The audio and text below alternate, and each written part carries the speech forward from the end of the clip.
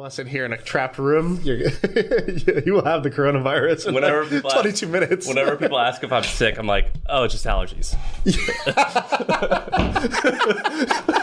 And so the joke at the office is like, I think I'm going to catch your allergies. What type of allergies you have? I'm like, I have the allergies that make me throw up. Right. Or like, I think I have like the stomach allergies? Yeah. Cough. Because I was like, you got to go home. Like, it's just allergies. You can catch these allergies, but it's allergies probably. Let's just jump right in and call this guy. So we're going to call this guy Tom. The backstory here is I posted on our, we made like a Facebook group for the podcast. If you're on Facebook, just search My First Million. And I posted in there, I was like, man, I really want to talk to somebody who's making over $1 million a year on a course. And this guy was like, hey, I do. I was like, wow, okay, fantastic. There's only like 100 members in here. What are the odds? And so then he emailed me and he sent me the screenshots of his dashboard and then like a walkthrough of his method. And I was like, this is fucking great. So I saw the numbers, so it's legit. So he's making a lot. So we'll see how much he wants to share. Thomas Wang. Yeah, Wang. Tom Wang. So and then we'll figure it out. So let me call this guy. Tom. Hey, Don. Yes. What's up, man? Turn that up. I want to hear it. Hey, how are you, man? We're doing fantastic. All right, so you are on the podcast right now. I'm here with Sam. Oh, sweet. We got our boy Henry on the camera, so it's all happening right now. Everything you dreamed of, it's happening. So I wanted to call you because I was telling him, I posted in the group about, hey, I want to talk to somebody who's making $1 million a year doing a course, and you showed up with the goods. And so I wanted you to tell whatever you're comfortable telling. Tell your story. We got a couple questions. And just so you know, you could share everything, and then at the end, we'll bleep out shit that's too sensitive, okay? Okay, sounds good. Okay. So my story, I guess for me, it's always been like a side hustler. Ever since I was growing up, I was trying different ways to make money, from selling watches at the night market, selling hoverboards, and all these different things. Never really had any guidance from anybody else, but when I was selling hoverboards, I was trying to, just create a website, and I knew nothing about e-commerce at the time. So I thought you can just create a website, get a Facebook page, and you can start making money online. But obviously, that's not the case. And during that time, someone actually approached me and said, hey, I can actually sell these hoverboards for you on Amazon. And I live in Vancouver, Canada, and Amazon back in 2015, I thought it was just a place where people buy old textbooks from. I've never bought anything on Amazon before. So I was pretty skeptical. I was like, sure, okay, well, I guess, if you think, he was talking pretty big. So I was like, all right, just let's see what you can do. And he ended up selling a bunch of hoverboards on Amazon before Amazon actually pulled down all the hoverboards because, things were exploding and stuff like that. So that's how I discovered Amazon. And then from there, basically just, thought it was just going to be another side hustle, but it actually turned out to, it turned from side hustle into a 7-figure business.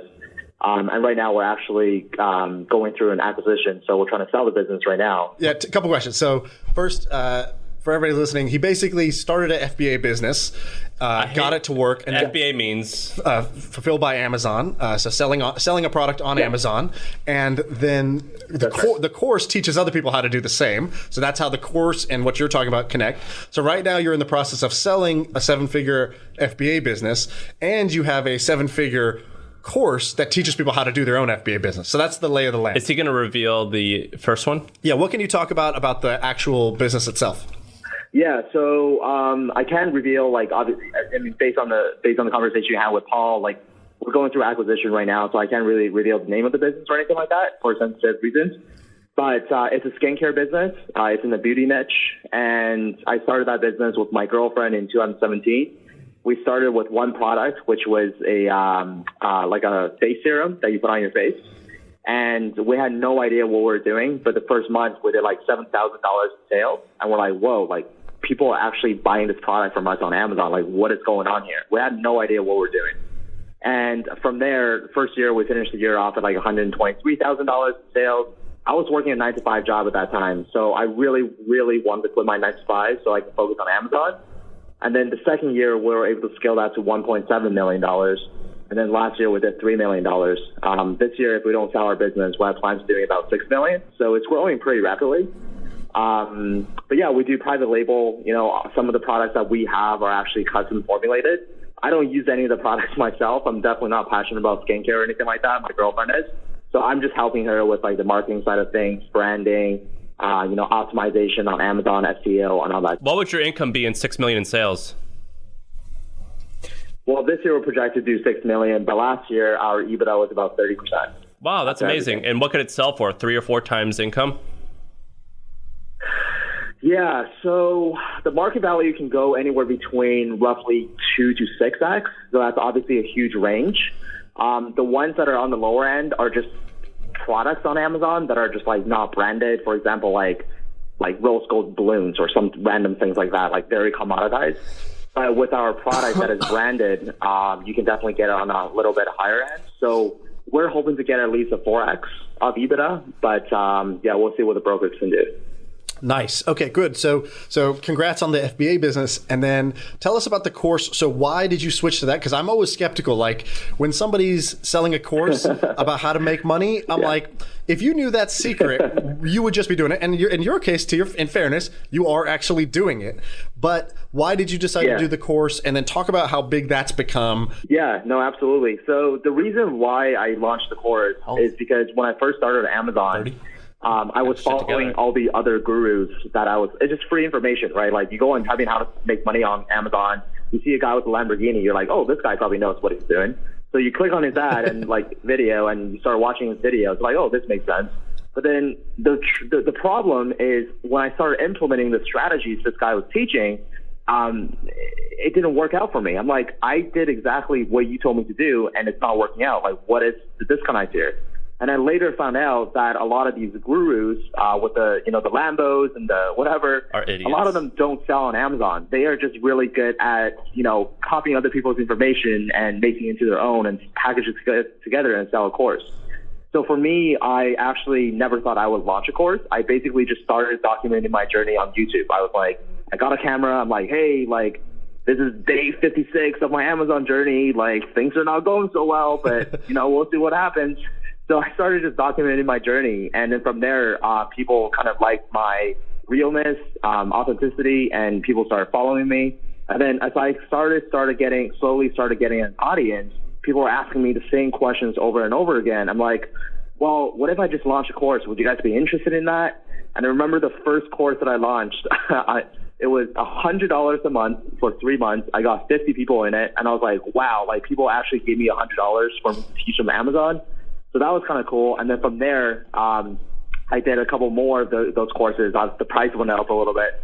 But so I do a little bit different structure than most other people. I actually do in-person workshops. I have a friend who lives in Singapore who also sells on Amazon. I started seeing a lot of his posts on Amazon or on Facebook where he's speaking in front of hundreds of people. I'm like, hey, what are you doing in Singapore? He's like, oh, I actually teach people how to sell on Amazon in person. I'm like, that's interesting. And I thought that was gone. I thought the webinars was the way, the funnels, the webinars, all that type of stuff. He's like, yeah, but it's blue ocean. I have no competitors. So I'm like, that's interesting. So I ended up making a deal with him where he taught me how to do exactly what he does in Singapore. So I started doing it in Vancouver, and I've never spoken on stage or anything like that before, so I was scared shitless, as you can probably imagine. And the first time, 150 people showed up and listened to my spiel, and at the end, I pitched the webinar, and I was just shitting my pants the whole entire time. So that's how I got started. I did that for a year. The price point is around $3,000 Canadian. And I taught about 800 people locally here in Vancouver. And this year, it's pretty much just rinse and repeat. I'm just doing the same thing here in Vancouver. Gotcha. Sam has got a couple questions for you. How much did that first one cost? That was $19.97 Canadian. $19.97. Are you saying $1,000? Yeah. Wow. If I can get about 150 people into the room, I can on a good day, I can convert about 20% of the room. On a bad day, it's about 15% of the room. So the conversion rate kept on going up around 20%. And then I was really, really scared. It was an internal fear that I had to bump up the price a little bit more. I'm like, oh, it's already so expensive. My coach was like, hey, bump it up a little more, see what happens. So pause for a sec. I understand the model. So ask me some questions. Okay, so we're having a little wonky audio thing. Yeah, 150 people paid a G to show up. So basically, what he does is he does Facebook ads that basically say, "Hey, come learn this thing, And it's free? It's $20. Just come. got it. It's like a meetup. They come, and he gets 60, 100 people in the room. There, he gives them like 2 hours of awesome content. He shows them, look, I actually And then do this. that next and then one he is says, a grand. if you want to do the weekend workshop, that one's $1,000, $2,000, Got it. $3,000, whatever it is. And then that's where, if you charge $2,000 and you're getting 50 people to do it, you're generating, whatever, $100K a month. And that adds up to $1 million a year, right? Did you feel sleazy? Did you feel sleazy when you were doing this? I'm not judging you here. I'm just telling you that's what most people are going to think. Yeah, a lot of people who see somebody, teaching a workshop or a class on how to get rich and then upselling the class and saying, hey, this was the cheap one, but if you want to go deeper, right? Like, it doesn't mean it is sleazy, but some people shy away because they're like, oh, I don't want to be that guy, Did you have that fear? Yeah, no, totally. So for me, I feel like my motivation has always been trying to help other people. Because growing up, I'm like an immigrant from China. When I came here, my parents were broke as a joke. And I wanted to be rich when I grew up. So growing up, like no one wanted to help me. No one saw any potential in me. So I want to help other people that were kind of in the same position as me. So when it comes to sleaziness, I think I'm kind of like the anti-guru. Like I go up on stage wearing hoodie and shorts. Because I tell people, I'm like, this is the real me. I'm not like, this is the real me. This is what I wear on a daily basis. I don't wear a big suit, a fancy tie, a pocket square, trying to sell you into a weekend workshop. If you want to come and learn from me, great. If you don't want to come learn from me, I have tons and tons of free information on YouTube that I'm going to share with you anyway. Right. So this is just a fast track for you to actually learn. So I don't feel sleazy at all because when I get results from my students, it makes me really, really happy. But a lot of times what I do feel like is, am I worthy enough to actually teach and ask people for $3,500 or $33,000, even though, I have a successful Amazon business and so on and so forth. So sometimes I feel that way. It's like, hey, am I worthy? Like, are you the right person to teach? And I feel like that's just like a self-confidence thing sometimes. And Tom, is there anything that because we like to keep these guest segments short, where you pop in and you help educate the world on, hey, here's something I figured out, because we're like you, we're trying to share interesting pathways, knowledge, so that people can see a variety of options and see that there's a million ways to win. And I think your way of winning was pretty dope. Is there anything else you wanted to share? You could shout out your course, whatever you want. We'll link to it. We'll link to it in the show notes. Just anything else you want to share? Any good stories, good tidbits you wanted to share? I think there's a lot of people that are. I think a lot of listeners are people that maybe they're working a 9 to 5. Maybe they're like, already have a successful business, whatever. But for the people that are listening that have a 9 to 5, I want to start a side hustle that maybe eventually will become a full-time hustle, and then so they can quit their job and, do this business. I just think that selling on Amazon is just such a good opportunity. And obviously that sounds biased, but trust me, I've done so many other businesses and nothing has worked. So if I'm someone who can figure this out, it's just buying something for cheap from China and selling it for a little bit more. And Amazon gives you all the customers already. So I just think it's a really, really good opportunity. And in terms of the shout out to the course, I don't teach online. I only teach locally. So if you're in Vancouver, you can come to my workshop. It's called FBA Masterclass. But if you're online, if you're somewhere else, maybe one day I'll have an online course, but right now I don't. Cool. Tom, you're the man. Thanks for calling in, dude. Thank you. I think this what you built is pretty awesome. Thank you so much, guys. All right. Appreciate it. Talk to you later. I've done those. Yeah, I attended one of yours. Tell that story a little bit. Yeah, so I'm a self-taught copywriter, which means I studied it, but I'm only average. Neville. You're above average. Come on. I'm pretty good, but I'm not formally educated. Neville is my best friend, our good friend. And he is same boat, but better, self-taught and very good. And we just said, we're going to go to Sean's office, show up. I think we said it's $1,000. Yep. I think maybe 25 people came. Yeah, it was basically it was an all day. It was one day, right? All day. It was one day, morning till sort of evening, and it was great. You and Neville were up there. We each made about 10 G's on a Saturday. Yeah, like 30 people or so, I would say, were in the crowd. They'd all paid to be there. Everyone was excited to be there. And I think it was only 14 days notice. People flew in. Right. Yeah, you guys did it kind of on a whim, and I saw that. I was like, this is awesome. This guy, just made $5,000 or $10,000 on a Saturday. I think we each made $10,000. That's amazing. And you guys were just talking about what you know. It was a very intimate group. Everybody got to like workshop their shit. So it was like, hey, I'm trying to get better. I have this landing page. How would you improve this? And he would put it up on the big screen and we would just workshop it together. Yeah. And I attended because you and Jason did. I wanted to learn. Yeah. And I have like 2 pages of notes from that day. And I got to go for free because I let you host it. But I was like, this is actually really valuable. Why didn't you do more of that? Don't know. We should. We should. There's no reason. I should. We could do it here. I love Tom's model where, like you said, blue ocean. So like the conventional wisdom is online course, but online, yes, you can reach the whole market, but you're competing against the whole market. Yeah. So if you're trying to be, hey, here's how you make money selling on Amazon, there's a lot of other people doing that. But what he realized was, look, in Vancouver, there's nobody. And, he turned out to be right with that insight, which was that every month he could get another 100 people to show up, and that in-person experience was like more than worth what they paid for. We should do that, actually. You and me and the Hustle should do that. The reason I didn't do it, well, first of all, it's for anyone listening, there's an unfair advantage of having an audience. Yes. So like it would be practically no work for us. Yeah.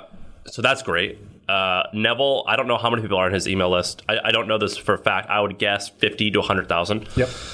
My personal Sam Parr on my email list, well, not the Hustle, probably 5,000. So I could just send out a thing and it would sell out. Right. So the reason why I didn't do it, it's pretty exhausting if you're not. I get energy from that. I just love hearing my own voice. That's why I like the podcast. Yeah, you're naturally a teacher, so I would partner with you. Neville's like that too. Right. I went home, like when I went home, I needed like 2 days to recover. So it ruins your weekend, which is no big deal. Interesting, right? So copywriting is, I think, an interesting niche. The other one, just a more generic one is we're here in San Francisco. There's a lot of people who want to be in a startup, but they haven't figured out how to sort of transition from that 9 to 5 into starting their own company, or how to raise money on any of these topics where I've done it and I've done it multiple times. I know how to do this. Just pick a niche and let's do it. We should have that discussion. Yeah. I think that like overnight it would make tens of thousands of dollars in incremental revenue. Right. A month. And most importantly, I love doing it. Okay, so this is Wait, let me tell you a story real quick. Please. I tweeted out about this and it got a little traction. So it's a good way to kick off the podcast. So in 2015, I got this email from this guy. Very typical Asian name, so it wasn't like it wasn't memorable. There's 10 million people with the same name, and I got an email. Eric Bond introduced me, I think, and he said, "Hey, my name is this. I do this," and it was a mildly interesting pitch. But he said, "I would love to speak at HustleCon and tell the story of X." Right. And I don't know if I ignored it, but no response. I could have replied. I don't remember, but I did not take him up on the offer. He emailed me again in 2017 or 18, and he goes, "I'm running for president." And this is Andrew Yang. It's Andrew Yang who it is. "I'm running for president. Do you want to like interview me and read? Would you please review my book and talk about it on the Hustle?" I didn't reply. I forgot all about it. You tweeted this out. I tweeted it out. I forgot all about it. I've been watching the presidential debates, and Sarah, my wife, ends up donating money to Andrew Yang. And I'm like, this Andrew Yang guy, he sounds kind of interesting. I feel like that's I remember that name somehow. When I looked up my email, he was the guy who was emailing me. That's crazy that you just remembered it. So if you want to see the tweet, it's at the Sam Parr. And so I'm going to go to it right now. Yeah. The funny thing is you tweeted back and I'm like, sorry, if you still want to talk, let me know, bro. I totally missed that one. Okay, so his exact thing was, this is in 2018. This is not that long ago. He emailed me 15 and an 18. And so he goes, "Do you think the Hustle might do a book feature? I can get the book to the editor, see what he thinks. If you send an intro, I can take it from there. I feel like this would move some units." And, Andrew Yang, founder of Venture for America. Yeah. And I first I thought Venture for America, I was like, that's some nonprofit. That's a small thing. Right. And second, I get a lot of people asking for that. And I just didn't take it up on him. I didn't take him up on it and missed that one. Dude, that's so funny. the other thing that he did, like I looked into his past because he's got a business background. Yeah. I was like, what's the business? It was a GMAT. It was like a GMAT prep That's how thing. Eric Bond, my buddy and partner, He's an investor in the hustle, right? He's an investor in the hustle. Yeah, helped us get started. And he beat the GMAT, which he sold. So he knew all the GMAT guys. And he was like, this Eric guy is going to run for president. And I was, Andrew guy is going to run for president. And I was like, Eric, I don't want to talk to this guy. I'm going to look like an idiot. This guy has no chance of, right. Like, I'm going to look like a stupid fool for like saying, oh yeah, this tech guy is going to run for president. I was wrong. Yeah. I totally was wrong. All right. So brainstorm. What else we got? What are some other topics? I got a bunch written down. I don't know which one I want to start with, but do you have any that you've been wanting to talk about? Two things. So not ideas, but things that are good. The first one is last week we had Brendan from the agency. I immediately got a text afterwards once you published it from a guy who says, I have an agency that does $50 million in sales. We sell to a lot of the same people, but we're located in a cheaper region. I'm trying not to give too much information. We're located in a cheaper region, and our margins are 50%. Yep. And apparently during the podcast, I asked, why aren't you located in Missouri, where I'm from? Right. And the guy was like, he should, because we do that. And on 50 million in sales, we do 25 million in profit. Right. So I've been looking at this. There's been some stuff written about Utah lately. The best. So, I read the same article probably you're referring to. So there's this thing which is like sort of the Mormon Valley, where, the new Silicon Valley. There's a bunch of companies that are really big that are based in Utah. And there's way more shady internet marketing companies that you probably don't even know. All the MLMs are based in Utah. And all the a lot of the call centers. And then there's some like totally, like no asterisks next to their name, like Domo, and there's some others that are like enterprise companies. Skull Candy, Stance Socks. Right. I think Adobe is started by a Utah Mormon guy. Right, but some are based there and some are started by Mormons. And the interesting question is why, right? And so a lot of people will sort of speculate that because Mormons go on their mission and they have to go door to door selling, a religion essentially, and they're that makes you fucking tough because you're getting rejected all the time. Well, when your conversion rate is like 0.1% and you're like, oh, this other thing has a 3% right. conversion, that's easy. And then on top of that, there's a sort of network effect of other people you can tap into that have similar sort of sales persuasion skills, and they're creating hubs, and it's they don't way drink. Cheaper. They don't hardworking, drink. Great work ethic. They tithe, so they give 10% of their income to the church. So they're probably like, I need to make a lot of money. Right. So I'm interested in Utah for many reasons. I just want to go out there. So I want to go. I want to look at real estate. Let's go meet some of these companies. Let's go. What's up with these MLMs? Let's go meet them. Let's go find out what's what, because they obviously have a stigma. But I'll go with you. I think it's very interesting. Yeah. Qualtrics, the largest software company to sell, I think. Qualtrics is from there. Right. ClickFunnels, which some people think is scammy, they're from there, but he's a great salesman. And it's a good product. I think it's a good product. I do too. So if you're listening to this or you're from Utah, host us. Take us around. Give us a tour. We're itching to go to Utah.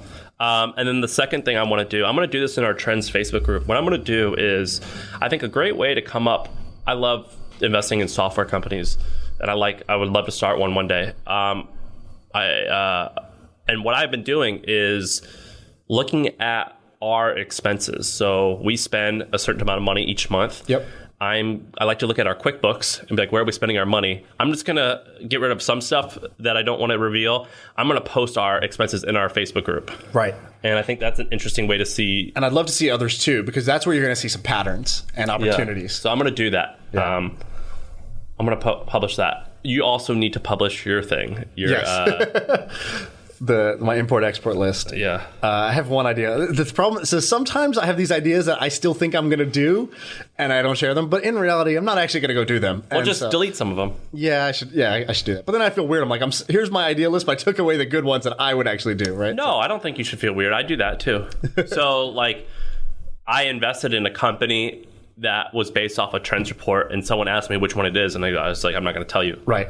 I don't want to reveal it. Yeah. Yeah, sometimes, but I think that's part of being real, right? It's like, look, when there's actually an edge, or there's an actual arbitrage that I'm currently exploiting, I'm no fool. I'm not going to tell you about something that I'm currently exploiting that I know is so easy that you're going to exploit it too. And if you're listening, I apologize, but I'm also smart. That's what the smart person does. And sometimes if it's like, hey, I noticed this, I'm not going to exploit it, then cool, let me give it away for free. You go exploit it. Which is most. Yeah, because I don't have the time to do most things. Yes. There's just a couple things that I'm going to do. So anyways, I want to talk about that. A couple of random companies I want to talk about. So tell me if you have an opinion. Rapid fire. Byte, which is the new Vine. The founder of Vine relaunched Vine. What do you think? I signed up and got the handles that I wanted. Yeah, squat on it and then move on. Yeah, right when I signed up, a lot of the handles were already gone. And I'm like... it's weird. I'm not an old person yet, but I looked at it like an old person. I saw a bunch of young, cool people on it, so I automatically thought it was going to be a hit. It's like TikTok, yeah. What I think is interesting there is the product actually is worse than TikTok. TikTok's a much better product than Vine ever was, and then Byte started as. But the cool thing is that TikTok has because it's from that Chinese company, and there's some fear around like how much do we want to trust this Chinese company that controls this algorithm they're trying to move their headquarters. So I think one interesting thing is it might be the first time foreign policy or sort of the like fear of the enemy in the East might get somebody to switch social networks. I don't know. That's what Daniel Gross was also speculating. I agree. Was that's a potential thing. Free idea. I deleted TikTok the other day because of the whole Chinese thing. Oh, really? Yeah. Nice. And I love TikTok. Free idea. I don't know if it's a good idea, but I like it. So there's this curve that shows AirPod sales. And we talked about this before when we talked about selling AirPod accessories. On Trends, we did AirPod accessories. And so the AirPod sales curve looks like insane. It's just this hockey stick, over 100 million units sold. And I saw this tweet that got my attention, which was that kids in school are basically swapping one AirPod. Yeah, Scott Belsky shared it. Exactly. So Scott Belsky shared this. Shout out to Scott. And it's interesting because then you can play something and your friend can hear it. It's this like silent communication network that's like secretive from the teachers, which is actually the backstory of how Snapchat grew too. Snapchat's first growth was they put it on iPads in classrooms, so you could send self-destructing messages to other kids in other classrooms, and the teacher could never catch it because the message goes away once you see it. And so similar sort of thing where kids are swapping AirPods, which lets them secretly communicate with each other, sort of Harry Potter style. And I think it's interesting. Once everybody gets AirPods, or as so many people get AirPods, can you create a social network on top? I know a couple of people are trying to do that. I've seen a couple startups trying to do this, but imagine being able to, I just say a message quietly where only my sort of earbud can pick it up. And I say your name, and it sends it to you, and you hear it in your ear. Nobody else even knew that message got transmitted. Or I text you something, but it plays in your ears, so the text to speech. It's just going to revolutionize cheating. Oh, for sure. I'm into it. If you're allowed to have headphones in when you're doing stuff. Let me give you another one? Yeah, go for it. Okay, so I met up with Chris Redlitz. He's one of my investors. He is a history of doing a lot of amazing stuff. He has a charity or a nonprofit called The Last Mile. Have you heard of this? I've heard it's like the prison. Yeah, so what they do is they created software classes for prisoners so they can get them a job when they get out. Right. I went to San Quentin and volunteered, and we just walked around the yard in San Quentin. Right. It was amazing.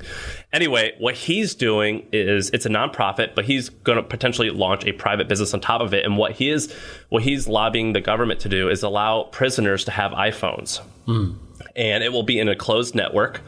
And the iPhones will allow you, because at San Quentin, they don't even have name badges. They literally have to count the inmates manually, 4 or 8 times a day, something like that. And he's trying to do that, and he's trying to get the phones for free because he's going to be like, hey, AT&T, look, there's 1 million prisoners a year. If someone does something good for them, or 1 million people a year get out of prison. If they do something, if you do something good for them while they're in prison, they know your network. Right. You could sell them. So what are they going to be able to do with the phones? You said closed network. So what can they do? What can't they do? Well, call home. Okay. Check in to. It'll help the guards track, and so they can help make sure everyone's where they need to be. And what he's considering doing is building a network for them, which is kind of interesting. A communication network. Yeah, I don't know the logistics of it because there has to be a ton when you're dealing with criminals, but it's kind of similar to what you're describing. Yeah, these sort of niche communication or new communication networks. And really cool business. If you can build a communication product, you win. That's the basis of all kind of human interaction. But his niche is prisoners, right? And when he was explaining the idea, it sounds wild, like this is wrong. And then you start getting into it, you're like, huh, okay, that kind of makes sense, right? I started using this product called Change Paste. You ever heard of this? So I read this. I was looking. I'm scrolling on Instagram, and this D2C company got me.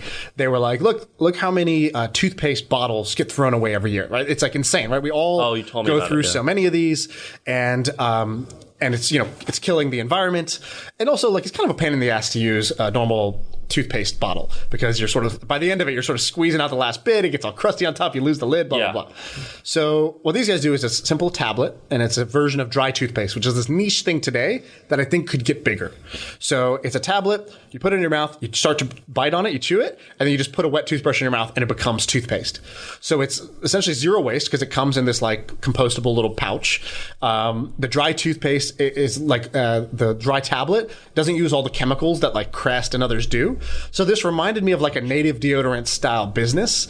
I don't know how well they're doing. I've been trying to reach out to the founders because I really like this product. Do you know how much traffic it has on SimilarWeb? I haven't checked. I haven't looked into the sales or the traffic yet, but it really caught my attention because I think it's a win-win. It's doing good for the world. Great for traveling. I think it's more convenient. It's actually a better experience.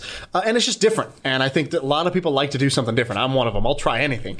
And this one caught my eye where I'm like, this is good. And it has all those characteristics where you're going to consume it in a month. So they sell you 65 tablets, which is brush your teeth twice a day for 30 days. How much does it cost? I can't remember how much I paid. I think it was like $9 or something. It's like more than toothpaste, but it wasn't a huge $9 outlay. Yeah.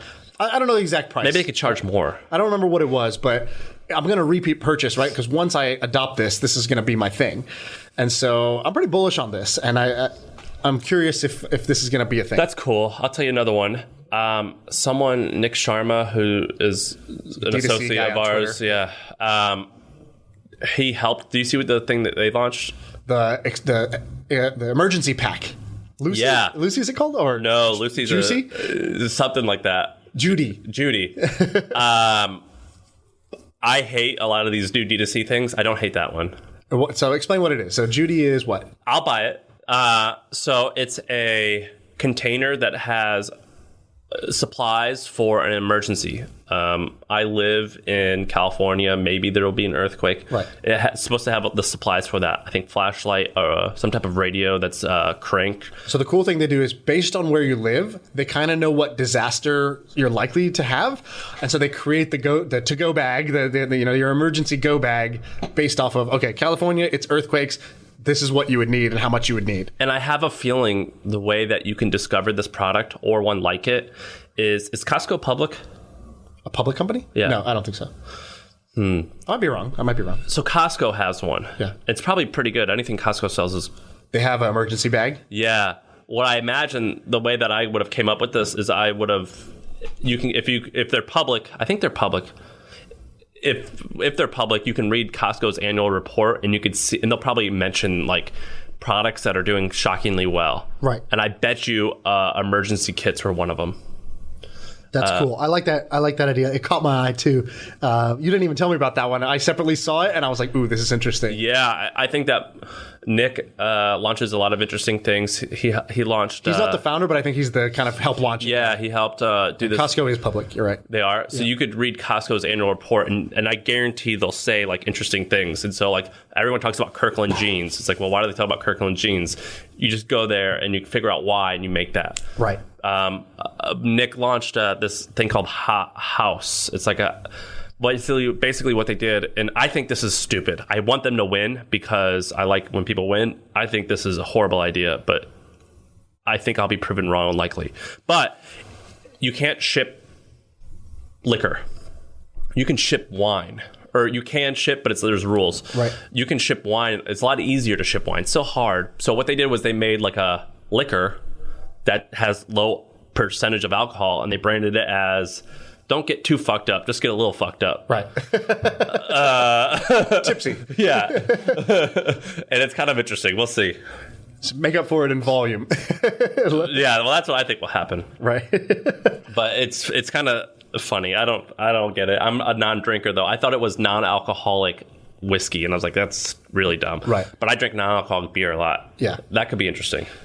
I got a different one for you. Have you heard of Mystery Science? The company, not the old show. Yeah. So I'll explain it. Yeah. Maybe you'll catch up. So this is one of those companies where I saw it and I got jealous I didn't create it, which is like, because it's in my niche of like, I love education, but they did a novel way of doing it. So what they did was these guys were ex-Google, I think. I don't know exactly. One guy's a teacher. One guy was ex-Google or Facebook. And they created this company called Mystery Science. And what they do is they're like, look, kids always start out curious, right? If you meet a kid like when they're young, they're like, why does this happen? What is this? Why is lava red? How does a volcano work? And they're just always asking questions. And then like over time, our curiosity sort of wanes to the point where by the time you're an adult for most people, you're like, I don't want more. You resist learning. And so what they were like is, look, kids are naturally curious. How do we keep that curiosity, but how do we build it around STEM education? And they noticed that like elementary school teachers can teach math, reading, social studies pretty well, but science is hard. It takes time to like set up experiments. Also, you have to actually know the million questions why this happens, and often you're out of your depth. And so they were like, look, we're going to be science education as a service to elementary schools. Raised a little bit of money, like maybe 3 million, 6 million, something like that. Profitable company. They're doing millions of, I believe, over $10 million a year in business. 50% of elementary schools, they say, use them. So they have like massive penetration just with elementary school science education. So they give the teacher a video that plays, and it's like the video pauses 5 minutes in. So it'll present it starts with a question like, what happens if you if you drilled into the earth? What would happen if you kept going? Which is like an interesting question. And then they start to explore it, and they take you to what you know. What's the answer? I don't know, but like that's what they teach. I haven't taken the courses. But it'll be like, why is Mars red? All the other planets aren't red. Why is Mars red? And so they evoke this curiosity, and then they teach you through this video lesson. And teachers don't have to do the work of preparing curriculum, which is always hard, takes time.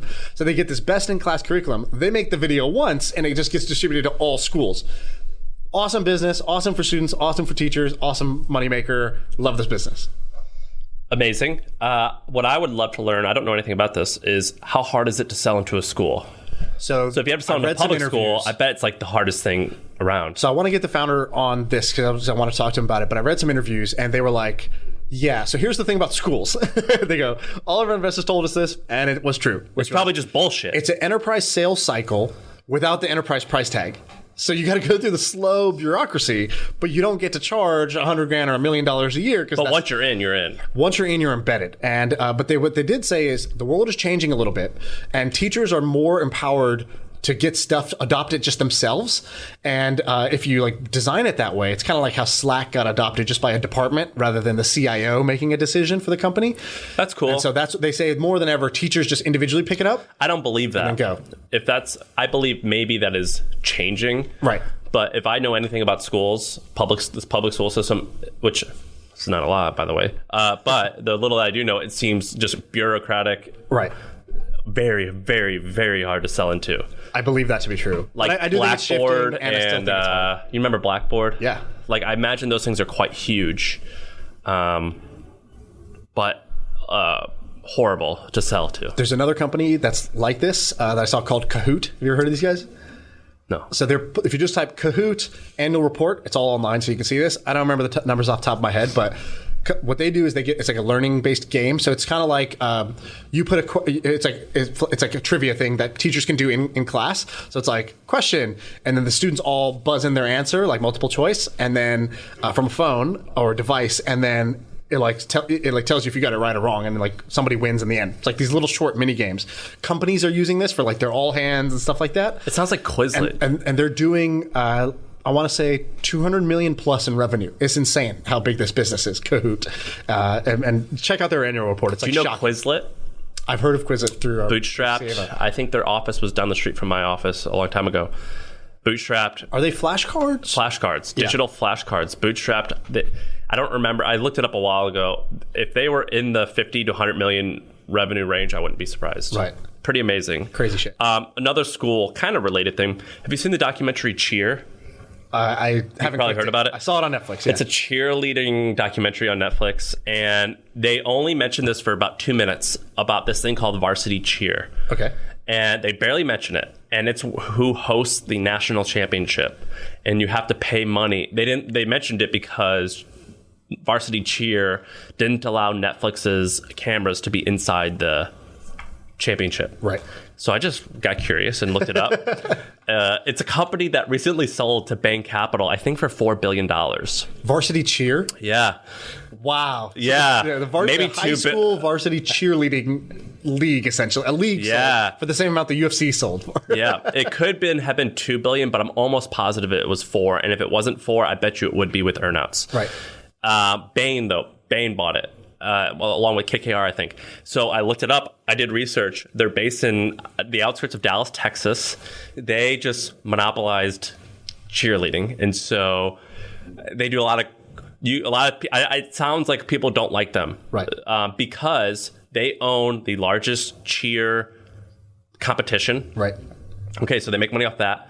You have to use their uniforms in order to participate, and no cameras are allowed, and you have to pay money to view it. Direct. Right. It's crazy. They just monopolize this whole fucking thing. I have to look into this. Varsity Cheer. And they own the company is called Varsity Brands. They monopolize cheerleading, and now they're trying to do other niche sports like volleyball, I think, or something like that.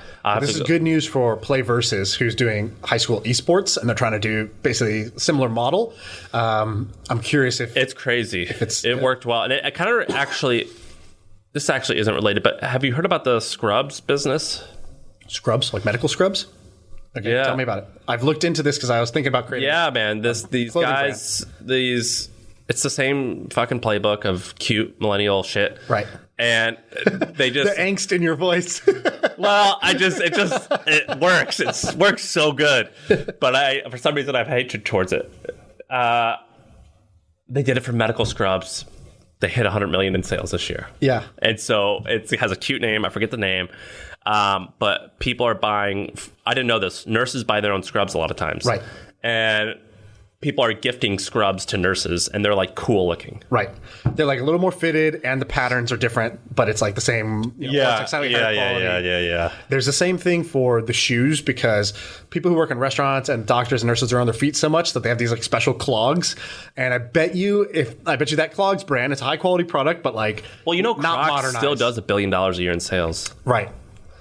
So I bet you, within that niche, because it's just such a large profession, right? Like we had, what's her name, Iman on from Incredible Health, and they're talking about nursing, and there's so many goddamn nurses, and there's actually a shortage. We need more, and so if you can sell essentially the uniform, either shoes or scrubs, you have basically a captive market.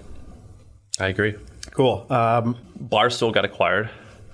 Weren't they already part of Churnin or something? Yeah. So basically, the history, and I know this because I'm in the same game. They the story is Dave Portnoy had this business for a long time, and he just milked the profit out of it, which decreased the valuation, which is a lot of people don't realize that's how it works, but that's how it did work.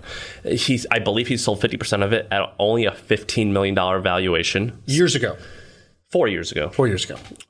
Then they hired Erica, CEO. She operationalized it and professionalized it, and Dave still was able to be kind of crazy and wacky. When she joined, she said that they're doing $1.2 million a quarter in sales, and they only had $2 million in cash, not a lot.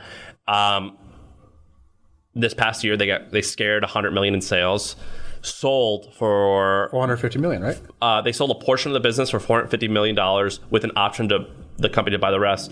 But Penn National, I looked it up today, their market cap last week was $2.8 billion. Today, $3.6 billion. So it doesn't exactly work like this, but ultimately they bought a $450 million company and made $150 million in sales, or made $150 million in market cap, additional market cap. Crazy, right? Yeah. That's amazing. I think Barstool is kind of an amazing model. And somebody tweeted at us today, hey, let's get the Presidente on this podcast. Do you know the guy? Have you met the guy? No. He seems legit. Maybe Erica, I think, would be better. But I don't know. That guy's pretty fucking entertaining. Let's see what we can do. Erica is, I think, a genius. Nice. And a true operator. Dave is, I think, brilliant, but at different things. And how copyable is that model?